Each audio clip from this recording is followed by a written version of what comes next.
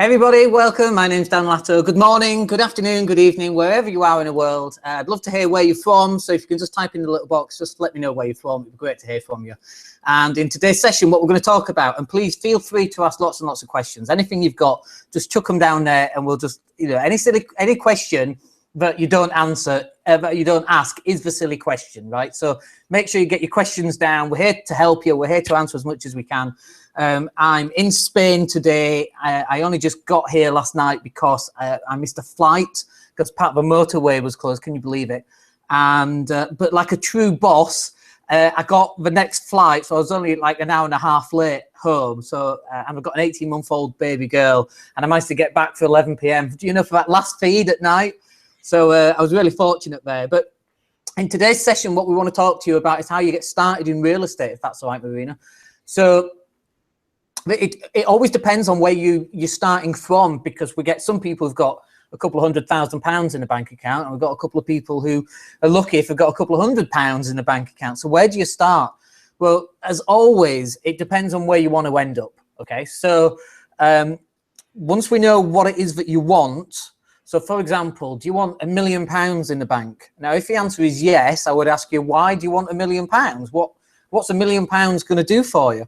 Because for some people, they've got this goal of having this amount of money in their bank account, but you can't eat money, you can't sleep money, you can't fly on holiday, but you can spend it wisely, and you can go on holiday, and you can pay for private education for your kids, and you can buy nice cars and nice holidays and nice meals and so on. So we've got to go all the way back to what is it you ultimately want. And it's not really about having £100,000 in your account or £1 million in your account. It starts really with, what lifestyle do you want? What do you want? Do you want to work 60-hour weeks? You know, if you have a choice, and I ask people this all the time, I go, why are you doing this business? And they go, well, I love being in business. Okay, if you had £1 million in your bank, would you still do your business? And for those people go, no, why would I do that? You're in the wrong business. Because what happened was, when I was 30, I turned 30 and I left work. I had more rental income coming in than I had expenses going out. And I was bored. I was bored beyond belief. What would you do? And a friend of mine said, well, if I was in your shoes, what I would do is I'd be out playing golf all day, every day. And I said, yeah, but who with?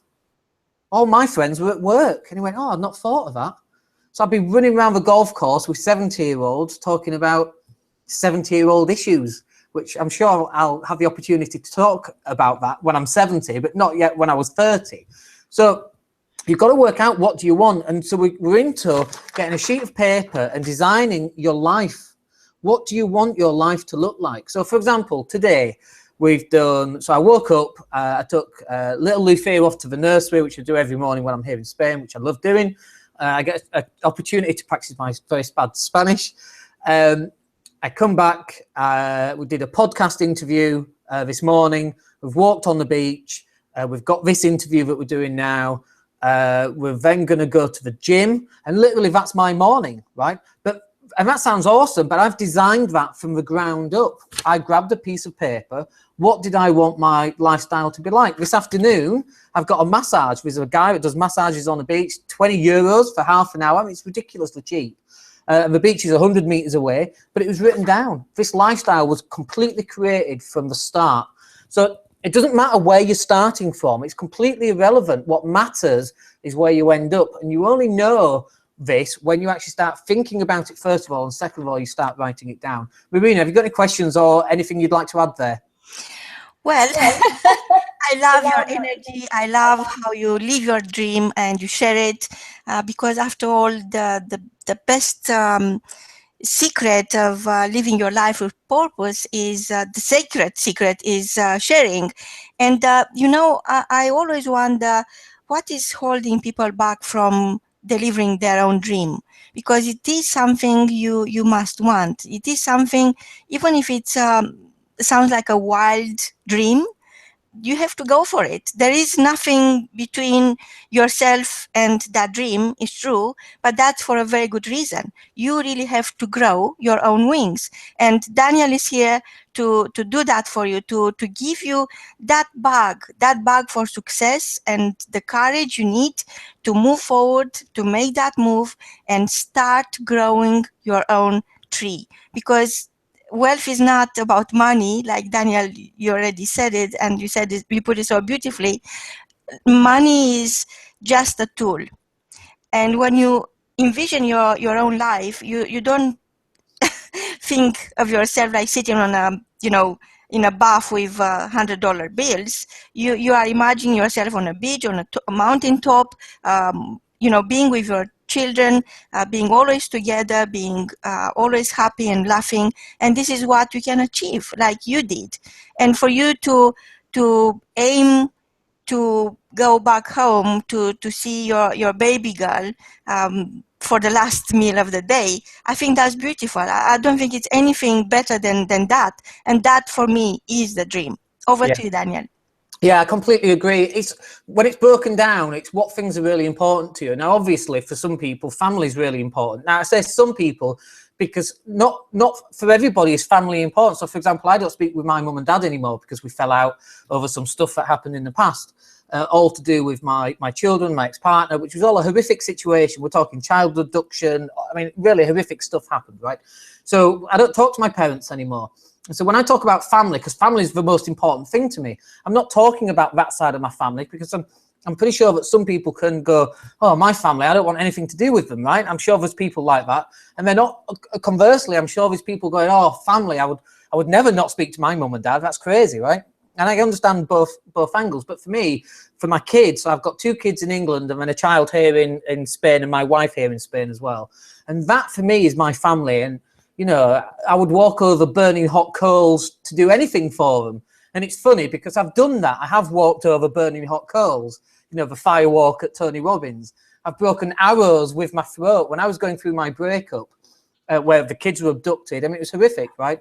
I really struggled just to even want to get out of bed. I really didn't want to do that. So for people listening, and look, we all go through this. Everybody, there's not a person here alive that's not thought about suicide, for example, at one stage. I know I have, but I don't know about you, Marina, but I'm pretty sure you have, and I'm pretty sure the people listening, you have as well. We all go through this stage, but understanding that on the other side of pain is victory. And then the other thing to remember is that victory lasts forever. Once you get there, pain is temporary. Was it Muhammad Ali that said that, or was it Eric Thomas? I forget who said it. But pain is only temporary. But if you're victorious, then as a champion, then that lasts forever. And you go through that pain and you go on to the other side. And when people are going through this pain, so the pain that you're going through might be a bad family relationship, or it might be a lack of money. That pain that you're going through has come to teach you something. Now, you need to work out, what has it come to teach you? It could come and teach you that you're lazy, that you can't be bothered getting up and out of bed and going to work, that you can't think of anything better to do. So let's look at those 3 things. If you're lazy, why are you lazy? What is it that if you could do one thing would inspire you to get up out of bed and go do amazing things, walk on burning hot coals or break arrows with your foot? What is that one thing? And if that one thing is the thing that you need to get you up and out of bed, then focus on that one thing. Because I'm all passionate today, Marina, can you tell? So, yes. I'm pumped up and full of energy, and I hope it translates for people watching this, because I hear it all the time and people go, oh, well, you know, it's all right for you, but you don't understand my life. I don't need to understand your life. Life sucks. Life is the hardest thing ever. As Rocky said, nothing's going to hit as hard as life, right? But it's how many times you get up and keep on moving forward, keep on taking those hits. And when we talk about why are people not doing, why are people not living the dream or working towards their dream? Usually it's a lack of confidence, okay? The confidence comes from 2 places. The first one is knowledge. If you think about, I think I might have said this last time, if you think about driving a car, if you don't know how to drive a car, you're not going to be confident about driving a car because you don't know how to do it. But even if you do know how to drive a car, the fact that number 2, you've got no experience, you're also going to be non-confident. So if you want to start a business and you've never started a business before, 1, get knowledgeable about starting a business. If you want to buy property, get knowledgeable about buying a property. 2, start your business. That's how you get the experience. Are you going to make mistakes? Oh my gosh, you're going to make so many mistakes. I've made so many mistakes in my life, and hopefully I'll keep making quite a few more, because that's a great way to learn. It's not the only way, because you can also learn from doing wonderful things and having great success. But I hear people and they say, well, I don't know how my marketing's terrible. And I say, well, how many hours did you spend on marketing this week? And they went, none. I'm like, well, how many hours did you spend last week, or the week before, and the week before? I didn't spend any, right? So you're wondering why your marketing's terrible? Oh, but I've not lost any weight this week. Right, how many times did you go jogging? None. How many times did you go to the gym? None. Oh, and you're wondering why you didn't lose? It's really obvious when you break it down. But we have all these little excuses, and usually we call them excuses, but really, you know that little voice that's speaking to you, that's telling you that you're no good? Now, what happens here is that voice is in control of you, and you need to tame that voice and turn it down so that you start to listen to what you want, not what that little voice in the back of your head is, not what your mum and dad have said, or your brothers and sisters, or the people that you work with. I was thinking yesterday when I was traveling Marina, I remember going back probably about 14 years ago. I've been in property 17 years, so I'd only just started my journey. And I remember I was on a presentation training where you train to be a good presenter, you know, to stand up and speak. And we had a whiteboard, and we were to do a 5-minute presentation on anything that we wanted. And I gave a presentation on property, why property was a good investment, about how it makes money every month. It comes in regardless. There's a bit of, you know, you've got your income, and then you've got your costs, and this bit of money is your profit. And if you times that by 10 properties, £200 a month times 10, there's your £2,000 a month. And I remember drawing it all on the whiteboard. I remember people just going, just sort of laughing at me, and then also saying, well, good luck with that. You know, like they knew it was never going to happen. And it was funny, because if I'd have listened to those people who were older, better educated, they were more wiser, whatever that means, right? Guess what they're still doing?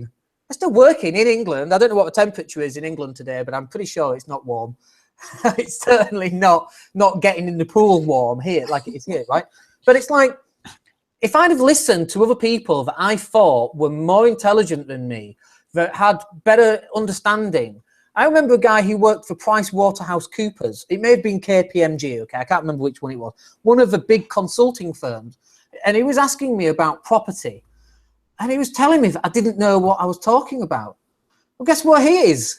He's still working for a living. Whereas I get to choose, if I choose to do nothing all day today and just get the lilo and go float on the sea, then I can do that because it gives me choices. But the point I'm making here is that you've got to stop listening to other people. If Edison Edison's probably a bad example, actually, because he didn't really invent much. He just took it from other people. Let's take Henry Ford. Henry Ford said, if I were to ask my customers what they wanted, they would have said a faster horse. That's what they would have said, because other people don't know any better. We're all just winging it, right? That's what you hear. And it's true to some extent. I've got no idea how to do everything. We just wing it and hope for the best. And sometimes it works great, and we take those results, and that's awesome. And you know what? Sometimes it falls flat on its bottom, and we don't even touch it. In fact, sometimes, you know what we do? We sweep it under the carpet so no one else knows that we even tried it, right? You may have heard that. If at first you don't succeed, hide all the evidence that you ever tried and try again. That's certainly true in my life. You know, we don't put everything out there. We put some failures out there, but we don't put everything out there. Back to Michael Jordan, by the way. Michael Jordan did a video with Nike, and the video was called, it was an advert, and it was called, Maybe It's My Fault. Maybe I made it look too easy, when all you saw was the flash and not all the hard work that he had to put in every single day of his life. And that's what I do. We're here now, and it looks awesome off to the beach. Do you know what? I've been up since really early this morning, putting in work, putting together, you know, stuff, paperwork and stuff that I need to plan. It all comes from hard work. And so we give this image, this impression that everything's really effortless and easy. And it's not. If you think that it is, you're wrong. Everything takes effort. That overnight success that you talk about took 20 years. Why do you think Robert Kiyosaki, I don't know how old he is, he's like 50 or he's in his 60s. Why do you think it took him, you know, 40 years of his life to become a millionaire? Because he worked at it every single day. And if you're out on a Friday night and a Saturday night and you're drinking, which I used to do, boy, I regret those days now, because that could have been building my portfolio, my wealth, to build my children's future and so on. So you've got to start wondering, what is it that you want? Going back to how do you get started? It starts with a dream. Marina? Wow, this is really powerful.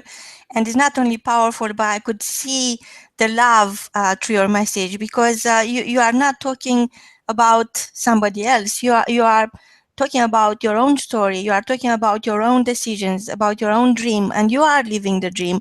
And this brings to mind what Muhammad Ali said. I'm an ordinary man who worked hard to develop the talent I was given.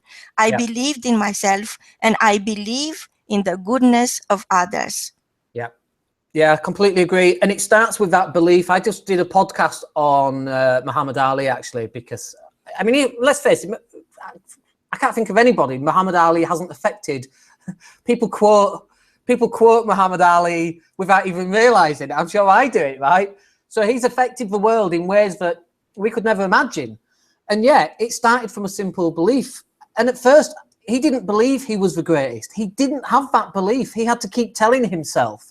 And not only did he tell himself, he told everybody. What did he say? He said, I'm the greatest. And he came up with all these rhymes that everybody heard.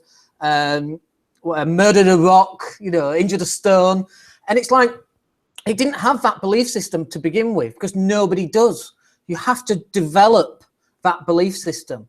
So at first, if you feel very unconfident about anything, first of all, let's put it this way. If you feel unconfident about your weight, well, there's a couple of things you need to do. One of them is start working towards losing some of that weight.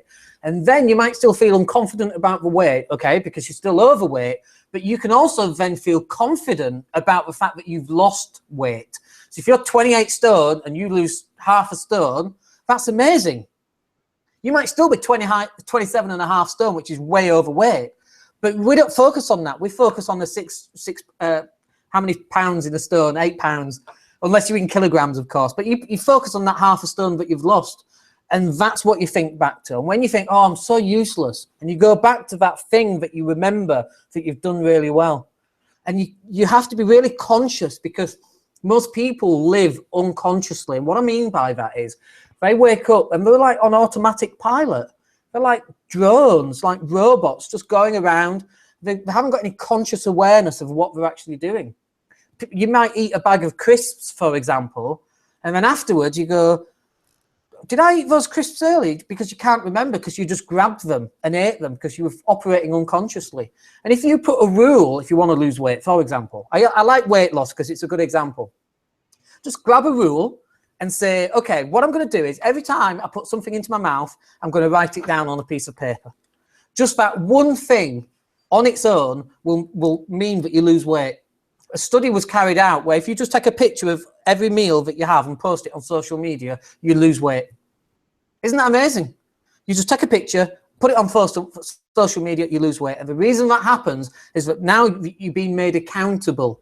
You're having to live consciously, because you're having to put what you're eating out for the whole world to see. Imagine if that was like 28 donuts, a big kebab, a huge pizza, and you put that out. Imagine the amount of hassle you're going to get on social media. But of course, your meal is going to get better. So if you want to start moving forward, why not start putting some of these things out on social media? If you want to run a triathlon, put it on social media. I'm going to do a triathlon. Does anybody want to come and help me? And get some sponsorship and give the money to charity. There's so many different ways. And what I'm referring to here is about living consciously. Living on purpose instead of by accident, because so many people fall into a job, they fall into a relationship. I've done it myself. The relationship that I left I fell into it and didn't get out of it when I should have done, and it just went all wrong. We all make these mistakes, but it's about living consciously. Find out what you want, get it written down, and sorry, there's drilling going on outside. That's live for you, isn't it? But it's like, you've got to start living consciously. It starts with a list. What do you want?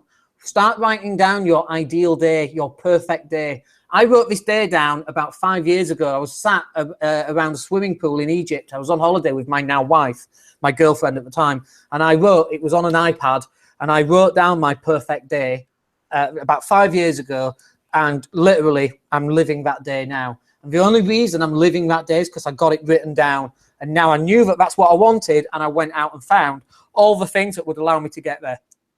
Marina? Wow, Daniel, I'm thinking that what is more expensive than ignorance? People are thinking, oh, how much is going to cost me to enroll in Daniel's program? And I'm thinking, are you kidding me? How much is going to cost you not to enroll in Daniel's program? Yeah. Are you kidding me? How much do you want this? How badly do you want this? Are you worth saying yourself, yes, I'm worth it? Can you say that to yourself? Or you are going to carry on telling yourself, oh, I don't know, I'm not sure, maybe not now, maybe I'm too old, maybe I'm too young. And you know, they're all lame excuses, because at the end of the day, dreams are becoming your own reality. You start creating your own reality when you start saying yes to yourself, not to Daniel. Daniel is not selling you anything. Either you enroll or not is a choice, doesn't affect him. He's still going to live on a beach. He's still going to dream his life the way he does as a dream. But what is going to happen to you? You are going to keep saying no to yourself till you are going to bury that dream of yours alive. And that is not fair. It's not fair on you. It's not fair on the people who are expecting you to become the best version of yourself. So when it comes to what is in for our listeners, is simply say yes to yourself. Connect with Daniel now, listen to his podcast, learn from him, create the team you need to grow into the person you need to be, to have your own dream and turn it into a reality. Even if you don't know what you want, so what? Doesn't matter. Just talk to the people who know what they want, and maybe this is where you want to be. And there are no shortcuts. It's hard work. Who is telling you that is going to happen overnight? I'm telling you this. They don't have your best interest of heart. It is hard work, and take it from me, it is worth it. From both of us, until next time, is goodbye. Thank you. Bye.